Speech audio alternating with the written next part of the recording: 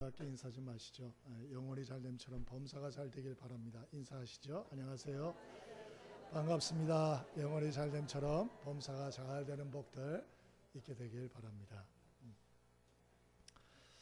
우리 2월 8일은 교회 설립 기념일입니다. 그래서 우리가 셋째 주일날은 또 17일 총동원 전도주일로 우리가 잡고서 우리가 계획을 세우고 있습니다. 그래서 오늘 교회의 사명이 무엇인가에 대해서 한번 같이 생각을 해보고자 합니다. 오늘 본문에 보면 예수님의 공생의 사역을 기록하고 있습니다. 예수님이 공생애를 하시면서 이 땅에서 어떤 일을 감당하셨나, 무엇을 하셨나, 이런 내용을 기록하고 있죠.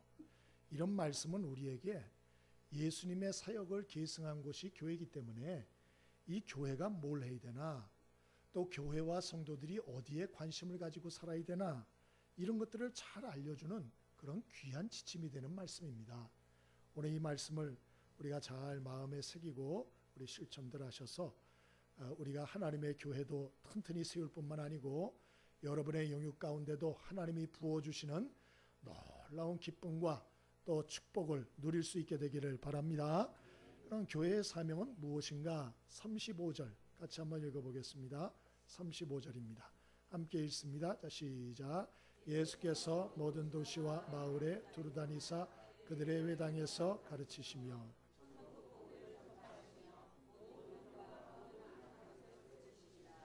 아멘. 오늘 첫 번째로 보니까 예수님께서 모든 도시와 마을에 두루 다니사 그들의 회당에서 가르치시며 이렇게 말씀하셨어요. 예수님이 하신 일이 무엇인가? 가르치시는 일, 하나님의 말씀을 가르치시는 일, 이거를 3년 동안 하셨다, 그런 말씀이죠. 그러므로 교회가 해야 할 일이 무엇인가? 자명합니다. 그것은 예수님 하신 것처럼 하나님의 말씀을 가르치고 교육하는 것, 이걸 교회는 잘해야 됩니다. 예수님이 승천하시면서도 당부하신 것이 마태복음 28장 20절에 내가 너희에게 분부한 모든 것을 가르쳐 지키게 하라, 그렇게 예수님이 말씀하고 승천하셨어요. 본인이 본을 보일 뿐만 아니고 마지막 당부의 말씀도 너희에게 분부한 모든 것 가르쳐 지키게 하라, 그 당부였다는 것이죠. 그러므로 교회가 해야 할 일은 무엇인가? 하나님의 말씀을 잘 가르치는 일을 해야 됩니다. 이 교육의 사명, 교회가 이것을 소홀히 하고 바쁘다고 해서 포기를 하면 그것은 교회가 교회의 길을 포기하는 것과 같아요. 그건 하나님의 뜻이 아닌 것입니다. 때로는 교회에서 우리가 아이들을 교육할 때 이제 수련회 여름 성경학교 앞두고 있지 않습니까? 그래서 우리가 열심히 준비해서 물심양면으로 준비해서 참 우리가 시간과 물질을 투자해서 아이들을 가르치고 또 어른들을 위해서도 우리가 이런저런 우리가 프로그램을 하고 또 성경 공부 모임을 하고 이렇게 합니다만은, 그러나 아이들도 보면 변화는 잠깐이에요. 2주를 못 가더라고. 2주 반짝해요. 안 그런 애들도 있어요. 그러나 보통 2주를 반짝해요. 그리고 다시 옛날로 돌아가는 거 많이 봅니다. 그래서 때로는 이거 뭐 가르치는 게 무슨 의미가 있나? 이거 뭐 여름 성경학교 무슨 의미가 있어? 뭐 수련회 무슨 의미가 있어? 교회에서 설교 암만 해도 뭐해 이거? 이런 생각이 들 때가 있는 게 사실입니다. 그러나 그럼에도 불구하고 하나님의 교회는 하나님의 말씀을 지속적으로 가르치는 일 우리가 힘써야 할 줄 믿습니다. 왜 그래야 되나? 주님의 명령이에요. 주님. 또 주님이 그렇게 하셨어요. 또 우리가 가르치는 하나님의 말씀을 가르치는 교육이 결코 헛되지 않기 때문에 그렇습니다. 그렇게 보일 뿐이죠. 여러분, 콩나물 시루에다가 이렇게 물을 부으면은 물이 다 빠집니다. 그게 헛일 하는 것 같아요. 밑 빠진 독에 물 붓기 같습니다. 이거 해가지고 뭔 소용 있나? 이런 생각이 들 수 있어요. 그러나 헛일입니까? 그렇지 않죠. 그렇게 물을 붓고 다 쏟아져 나오는 것 같지만 그런 과정을 통해서 콩나물이 성장을 하는 것이죠. 우리가 이 가르치는 것도 똑같은 거예요. 하나님의 교회에서도 사랑과 정성을 들여서 시간과 재정을 투자해서 우리가 교육을 합니다마는 이거 헛것 같지만은 그러나 그런 과정들을 통해서 하나님께서 하나님의 사람들을 자라나게 한다는 것을 잊지 않게 되길 바랍니다. 그래서 우리가 끝까지 이 가르치는 일을 잘해야 돼요. 네? 그러면 여러분 하나님의 교회가 이 하나님의 말씀을 가르치는 일을 끝까지 잘할 수 있도록 여러분 협조할 수 있게 되길 바랍니다. 그럼 어떻게 하는 게 협조하는 거냐? 첫 번째로 겸손한 마음을 가지셔야 돼요. 겸손한 마음을. 예? 여러분 왜 그런 거 아니? 하나님의 교회 사명이 잘 가르치는 건데 하나님의 말씀을 그런데 야, 난 배울 거 없어. 내가 나이가 몇 살인데 뭘 배워? 당신 보니까 나보다 나이도 좋네. 인생 경험도 나보다 짧은 것 같은데 뭘 가르치겠다는 거야? 내가 한 수 가르쳐 주지. 이렇게 나오면은 이게 하나님의 교회가 세워질 수가 없어요. 그리고 그러한 태도로 가지면 영적으로 성장도 할 수가 없어요. 여러분 비록 여러분보다 나이가 어리고 또 경륜이 좀 부족하다 할지라도 하나님이 말씀을 가르치기 위해서 하나님의 종으로 불렀다는 것을 인정해 주시고 그 사람들이 하나님의 말씀을 가르칠 때 아멘으로 배울 수 있게 되길 바랍니다. 그럴 때 신앙적으로 성숙을 하고 영적인 큰 축복을 누리게 되는 거예요. 더 나아가서는 하나님의 말씀을 여러분 좀 배우려고 그 은혜를 사모하는 삶을 사셔야 돼요. 아까 얘기한 것처럼 겸손하게 그래 나는 배워야 되는 존재구나. 그런 거 인정하는 정도만 되는 게 아니고 좀 더 나아가서 하나님의 은혜를 적극적으로 사모해야 돼요. 사모해야 돼요. 아모스서 8장 11절에 하나님이 말씀하시기를 내가 마지막 날에 이 땅에 기근을 보낼 것이다. 근데 그 기근은 양식이 없어 주림이 아니고 물이 없어서 가람이 아니고 여호와의 말씀을 듣지 못한 기갈이라 그렇게 말씀했어요. 마지막 때는 물질적으로 풍요해진다는 거예요. 먹고 마시는 게 지천이 된다는 거예요. 지천이. 보고 듣는 게 얼마나 많은지 몰라요. 그런데 오히려 영적으로는 더 공고해져. 더 핍절해져. 왜 그러나? 그 이유는 하나님의 말씀의 은혜가 임하지 않기 때문에. 이 마지막 시대는 하나님의 말씀의 은혜가 임하지 않는다는 거예요. 원수마귀가 역사하고 교만의 영이 역사해가지고 하나님의 말씀이 전달되어도 마음에 새겨지지 않아. 그래서 영적으로 비틀거려. 다 시험에 쓰러지는 것이에요. 여러분 교회는 영어 회화 가르치는 것도 아니고 에어로빅 가르치는 것도 아니에요. 또 죄송하지만 또 참 커피를 파는 것도 아니에요. 죄송하지만. 그러나 이런 것들은 세상 사람들도 다 해요. 학원에서도 또 동사무소에서도 여기저기서도 다 해요. 그런데 하나님의 교회밖에 할 수 없는 게 딱 하나 있어요. 그게 뭐냐? 하나님의 말씀을 가르치는 거예요. 우리가 요즘 신명기서를 같이 나누고 있지 않습니까? 매 새벽마다 신명기서 조금씩 나갑니다. 수요일날 저녁에 신명기서 합니다. 주일날 오후에도 신명기서가 나갑니다. 여러분 어느 세상의 기관에서 신명기서를 그렇게 자세하게 풀어주는 데가 있습니까? 교회밖에 없어요. 교회밖에. 그래서 여러분 하나님 교회에서 엉뚱한 것을 자꾸 찾으려고 그러지 마시고 하나님의 말씀의 은혜를 사모할 수 있게 되길 바랍니다. 여러분 그래야 우리가 영육간에 힘을 얻고 살 수가 있어요. 살 수가 있어요. 어떤 분은 그래요. 목사님 오해를 하고 계시네요. 인터넷 선생님을 찾으면 훨씬 더 좋은 게 많습니다. 목사님이 시대에 뒤떨어졌구만요. 또 이런 분들이 있을 수 있어요. 그러나 인터넷 선생님은 대단히 위험하다는 걸 아셔야 돼요. 모든 이단의 기관이 인터넷에다가 이단의 강의를 다 올려놨어요. 신명기서 치면 2단계 다 올라와 있어요. 2단계. 제가 보면서 깜짝 놀란다니까요. 여러분 조심할 수 있게 되길 바랍니다. 지난번 뉴스에 보니까 우리나라에서 아주 재밌는 일이 있었더만요. 식당에 외국인이 많이 오니까 이 음식을 영어로 표기를 했대요. 음식을. 근데 그거 보니까는 육회를 파시나 봐요. 이것저것. 육회. 왜 소고기 이렇게 해가지고 육회 무쳐 먹는 거 있잖아요.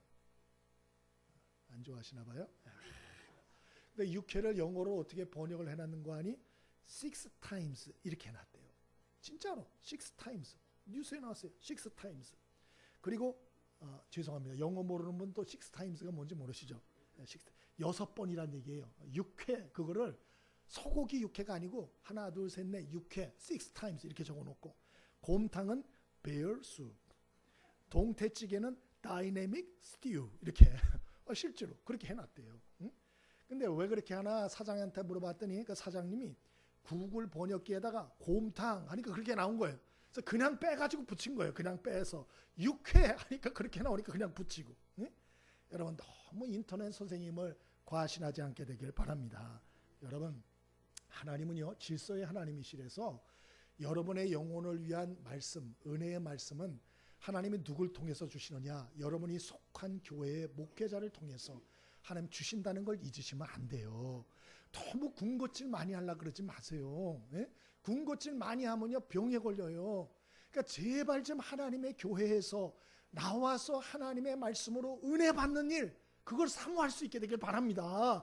그러면 여러분이 의문 나는 것도 풀리고요, 여러분의 영적인 질병도 치유되고요, 여러분이 이런저런 관계의 문제들도 거기서 다 답을 주시는 거예요. 그리고 거기서 하나님의 큰 치료의 역사도 주시고 기적의 역사도 주시고 응답의 역사도 주시는 거예요. 아멘이십니까? 그래서 여러분이 꼭 이러한 하나님의 여러 가지 말씀을 여러분이 겸손함으로 받으시고, 뿐만 아니고 하나님의 말씀을 여러분 사모하셔서 우리 은성교회가 하나님의 말씀이 힘있게 전파되어지는 귀한 교회로 세워질 수 있도록 여러분 협력할 수 있게 되길 바랍니다. 두 번째로 이 하나님의 교회의 사명이 무엇인가? 35절 한 번만 더 읽어봅니다. 35절입니다. 함께 읽습니다. 자, 시작. 예수께서 모든 도시와 마을에 두루다니사 그들의 회당에서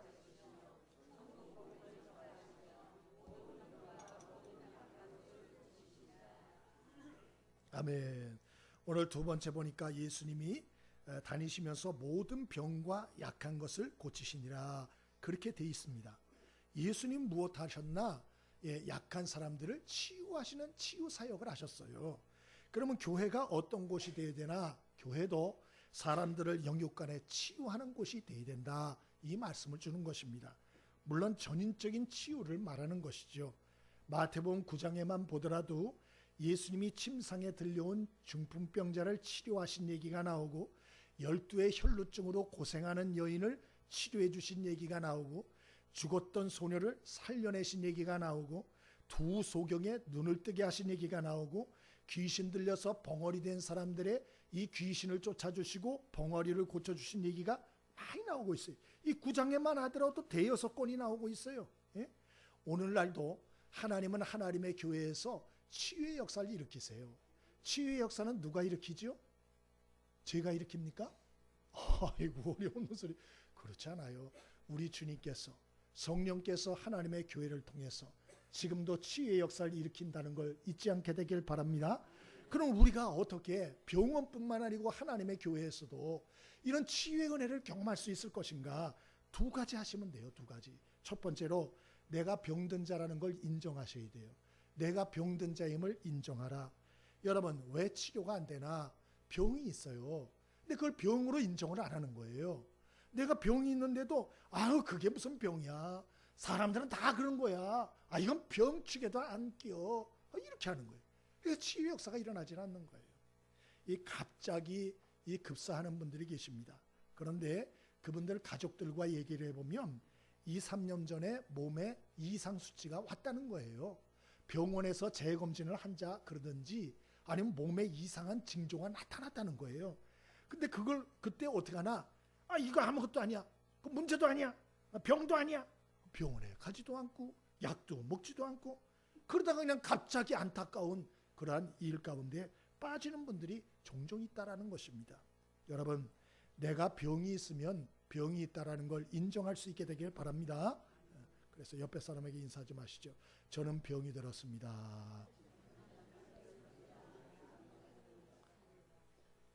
그러니까 내가 뭔 병이 들었다 그런 분 계시죠? 여러분, 병은 육체의 질병만 병이 아닙니다.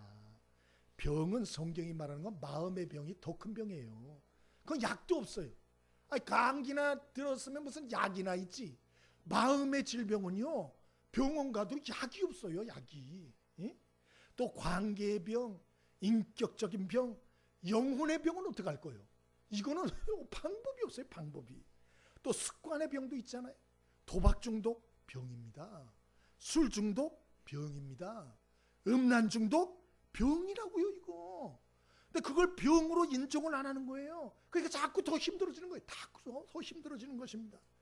여러분, 자신의 병을 병으로 인정하기를 바랍니다. 그리고 마지막 한 가지는 하나님 앞에 나가서 도움을 요청하셔야죠. 아, 내가 병이 있구나. 그러면 그걸 가만히 있으면 안 되고 하나님 앞에 나가서 부르짖어야죠. 그 문제와 아픔과 질병이 있으면, 고통이 있으면 하나님 앞에 나가서 도움을 구해야죠. 하나님이 구하고 찾고 두드리면 열어주고 응답한다고 얘기를 했지, 가만히 있으면 도와준다는 얘기가 어디 있습니까? 입을 열어서 도움을 구할 수 있게 되길 바랍니다. 그래서 하나님 앞에 가서 얘기해야 돼요. 이렇게 얘기해야 돼요. 한번 따라해 보세요. 하나님, 나 병든 것 같습니다. 치료받기 원합니다. 저를 고쳐주세요. 기도할 수 있게 되길 바랍니다. 괜히 교만하게 그러지 말고요. 네? 병이 들었으면 병 들은 것 같다고, 저 이상하다고, 하나님 저를 좀 치료해 달라고 그 얘기하잖아요. 그 안 그런 척하다가 나중에 큰 문제 일어나잖아요. 네? 여러분, 저와 여러분이 병을 병으로 인정하고, 그게 작은 병이든 큰 병이든 그 육체의 질병이든 영적인 질병이든 인정하고 하나님 앞에 나가 도움을 받음으로 날마다 하나님이 주시는 치유의 은혜를 전인적으로 경험하는 저와 여러분의 지혜로운 인생 되어지기를 바랍니다. 마지막으로 교회의 사명은 무엇입니까? 35절 한 번만 더 읽겠습니다. 35절 36절입니다. 함께 읽습니다. 자, 시작. 예수께서 모든 도시와 마을에 두루다니사 그들의 외당에서 가르치시며 천국 복음을 전파하시며 모든 병과 모든 약한 것을 고치시니라. 무리를 보시고 불쌍히 여기시니 이는 그들이 목자 없는 양과 같이 고생하며 기진함이라. 아멘. 첫 번째 교회의 사명은 교육이에요. 하나님의 말씀을 가르치는 일. 그래서 하나님의 말씀으로 은혜 받는 일에 집중하셔야 돼요. 두 번째로 교회의 사명 본질은 무엇입니까? 그것은 치유입니다. 그래서 하나님의 교회에 와서는 돈 자랑, 지식 자랑 그거 하려면 교회 오시면 안 돼요. 예? 교회 와서는 병 자랑해야 돼요. 그리고 주님 앞에 병을 인정하고 그리고 주님의 도움을 구하세요. 아멘이십니까? 예? 그리고 마지막 세 번째로 교회의 사명은 무엇입니까? 전도입니다. 오늘 예수님이 모든 도시와 마을에 두루다니사 회당에서 가르치실 뿐만 아니고 어떻게 하셨냐? 복음, 천국 복음을 전파하시며 그렇게 말씀했어요. 그러니까 교회의 사명은 뭐냐? 복음 증거, 전도하는 것입니다. 예수님이 친히 본을 보이셨어요. 나는 바빠서 못해요. 아니에요. 예수님도 바쁘신데 친히 모본을 보이시고 전도를 하셨어요. 목사도 예외가 없고 장로님들도 예외가 없고 권사님들도 예외가 없고 그 누구도 예외가 없어요. 다 전도해야 돼요. 전도해야 돼요. 예수님은 마태복음 28장 19절에 승천하시면서 뭐라 그랬나? 너희는 가서 모든 족속으로 제자를 삼아라. 예수님이 본을 보일 뿐만 아니고 우리에게 당부하셨어요. 어디까지 가서 전도하라고요? 모든 족속, 땅끝까지 가서, 네? 땅끝까지 가서 전도를 해라. 네? 우리는 하나님의 은혜와 축복을 받기를 원하고 또 그걸 받고 누리고 살면서도 정작 제일 소홀히 하는 게 뭐냐? 전도예요. 전도. 제일 소홀히. 그래서 1년에 한 번도 전도하지 않을 때도 많이 있어요. 그래서 우리는 참 우리 교회는 1년에 2차례 상반기 하반기 전 교회적으로 하기 싫어도 전도 집회를 하는 거예요. 우리 이때만 해도 좀 전도를 하자. 웬관이 해라 안 하니까 이때만 해도 좀 해보자. 이렇게 얘기를 하는 것이죠. 우리가 이 전도의 사명을 감당하게 하려면 그러면 어떻게 됩니까? 첫 번째로 예수님처럼 사람들을 좀 불쌍히 여기는 마음 가져야 돼요. 사람들을 불쌍히 여기는 마음. 예수님은 어떻게 이렇게 가르치시고 어떻게 이렇게 전도를 하시고 이랬나? 그 이유는 36절에 무리를 보시고 어떻게 여기시니? 불쌍히 여기시니 그랬어요. 여러분 사람들을 좀 불쌍히 여길 수 있게 되길 바랍니다.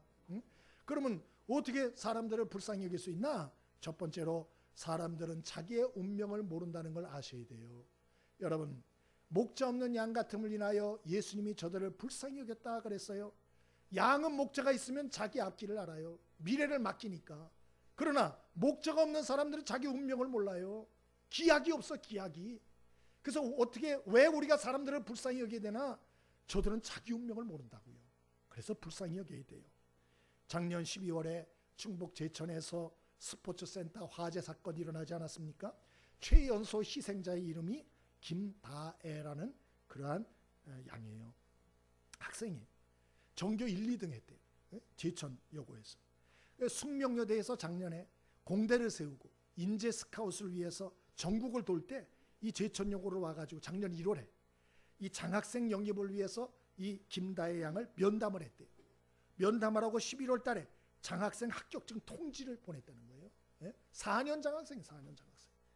그래가지고 이 김다혜 양이 2달만 있으면 입학하는구나. 그러는데 아버지가 가난해. 이 치킨집을 하는데 항상 어려웠대요. 예?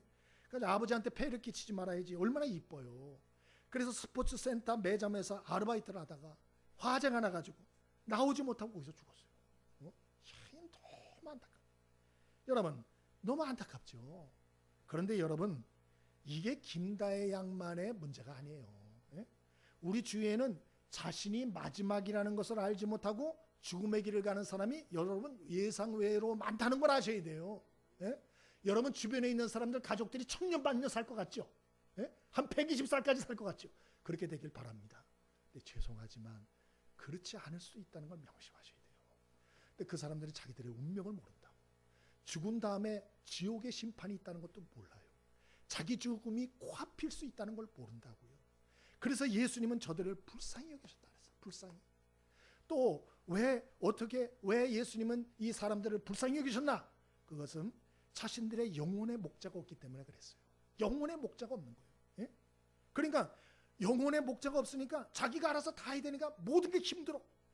모든 게 피곤해. 너무나 참 세상살이가 너무나 수고스럽고 짐스러운 거예요. 예? 여러분, 그래서 예수님이 이 사람을 불쌍히 여기셨다. LA에 가면 게티 센터라고 있답니다. 이 폴 게티라는 미국의 석유 재벌, 사우디에서 시출해가지고 돈 많이 벌었죠.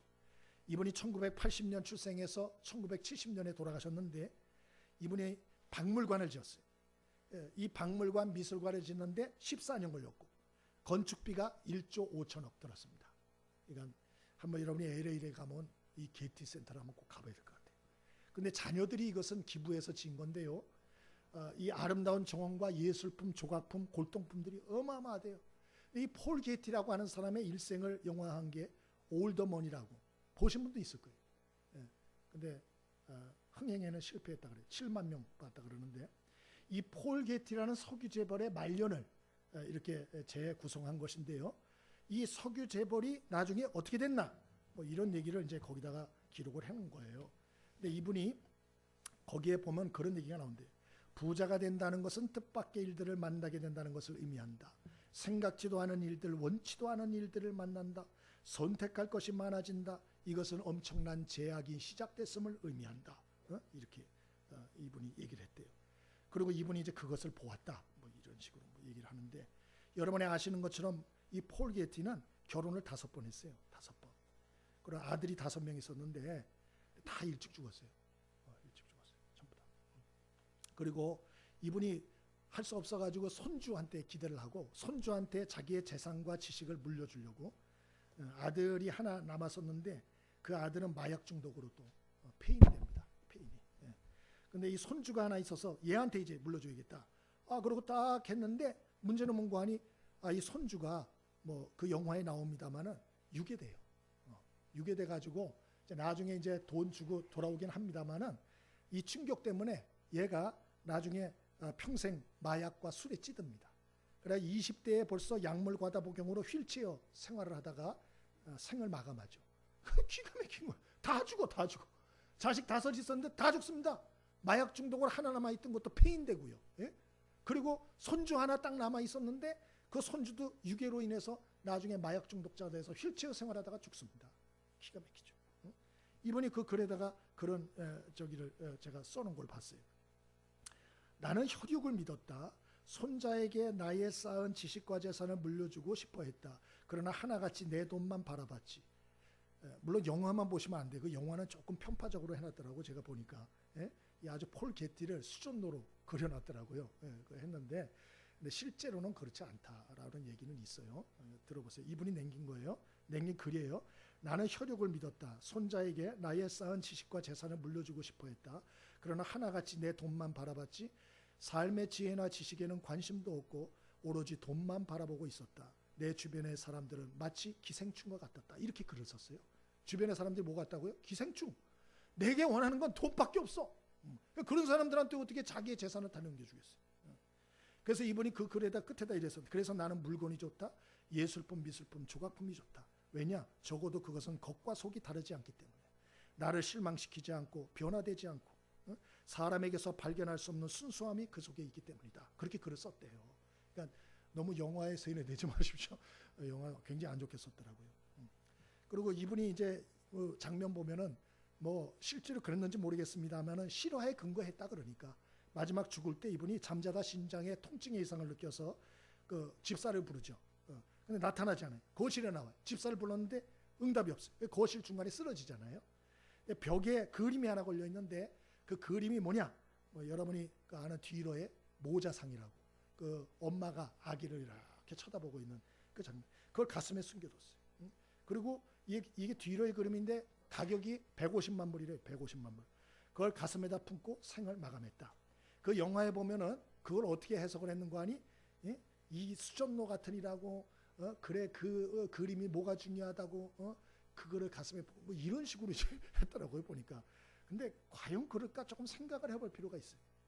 저는 그 이분이 그 사랑스러운 이 엄마가 그 아이를 보는 그림을 안고 죽었다. 좀 생각을 좀 해볼 필요가 있지 않을까 생각이 들어요. 좀 안 됐다 생각이 들고요. 여러분, 사람은 누군가의 다스림을 받고 내 일을 결정해 줄 대상이 있고 의논 대상이 있고 믿을 만한 대상이 있다는 거 이게 축복이에요. 아멘이십니까? 그 축복이라니까요. 예? 우리 예수 믿는 사람 우리 자신도 안 믿어요. 우리는 우리를 믿는 사람이 아니에요. 우리는 누굴 믿나? 예수님을 믿는 사람이에요. 하나님의 아들이시요 영원한 목자 되신 예수님, 선한 목자 되시는 하나님의 아들 예수님, 그 예수님을 믿고 의지하고 따르는 사람이에요. 우리는 그 예수님께 모든 것을 의논하는 사람이에요. 그리고 그 예수님의 지시대로 사는 사람이에요. 그래서 예수 믿는 사람은 돈이 없지만 평안이 있어요. 마음에 평안이. 제 말이 인정되시면 아멘. 평안이 있죠. 평안이. 예? 가진 건 없어도. 그러나 그렇지 않고 내가 주인 되어 사는 사람들은 힘들어요. 모든 게 불안해요. 모든 게 두려워요. 모든 일이 피곤해요. 믿을 사람이 없어요. 고통스러워요. 모든 일이 상처예요. 모든 일에 실망받게 되지를 않아요. 이게 자기가 주인 돼서 사는 삶의 결론인 것이에요. 여러분, 우리 주님 당부대로 우리는 예수님을 계속 영혼의 목자 삼고 그리고 우리가 전도하는 일에 힘쓸 수 있게 되기를 바랍니다. 네? 그래서 전도하려면 사람들을 좀 불쌍히 여기셔야 돼요. 불쌍히. 그리고 두 번째는 기도해야 돼요. 기도. 내 힘으로 안 돼요. 주님의 도움과 지혜를 구하셔야 돼요. 그리고 세 번째로는 섬기셔야 돼요. 섬기셔야 돼요. 여러분, 전도가 왜 잘 안 되나? 안 섬겨서 그래. 안 섬겨서. 예? 자기 자랑이나 하고.